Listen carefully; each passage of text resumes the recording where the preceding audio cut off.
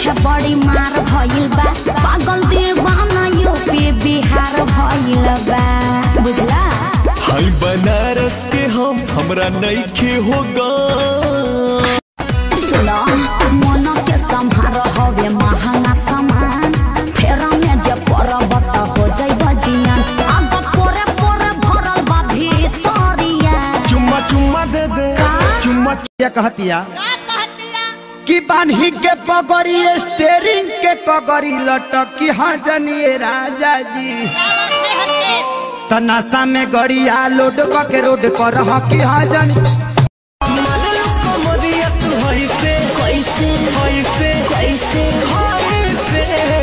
अरे साफ साफ बताओ चलू तब चलू कैसे।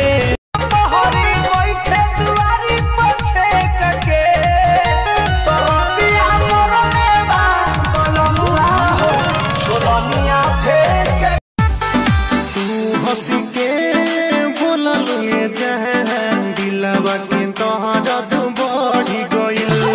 तू हंसी के बोलल दिलवा के तोहरा तू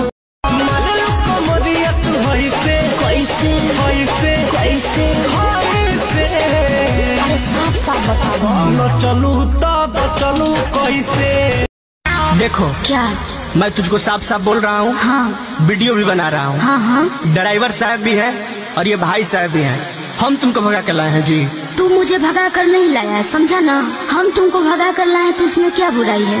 तारा संगे बानी हम पुलिस थाना का करी, बानी दुनो जाना राजी तो जमाना का करी। तू हंसी के बोलल दिलवा के तोहरा तू बढ़ी गइल।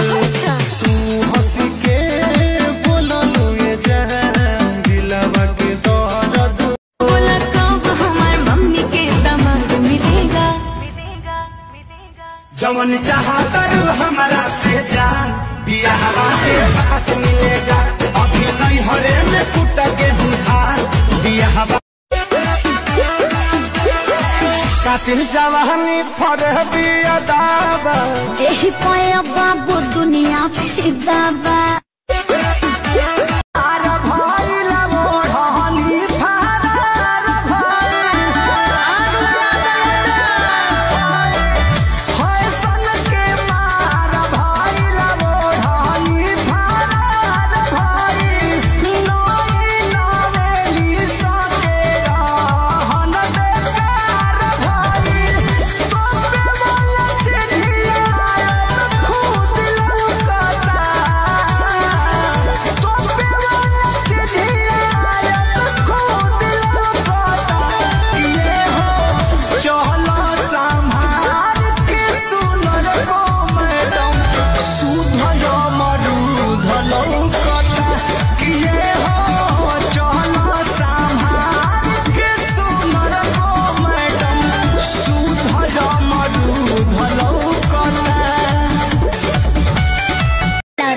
खिसियाइल बाड़ी का बोलली झौसी के रे, खिसियाइल बाड़ी का बोलली झौसी के रे, बेटा का हाल बात। अरे और सुनिएगा, दिमाग फेल हो जाएगा। अरे बताइए ना भौजी और क्या चल रहा है। चैत में अदौरे चल रहा है, थ्रेसर से भूसा निकल रहा है। चैत में अदौरे चल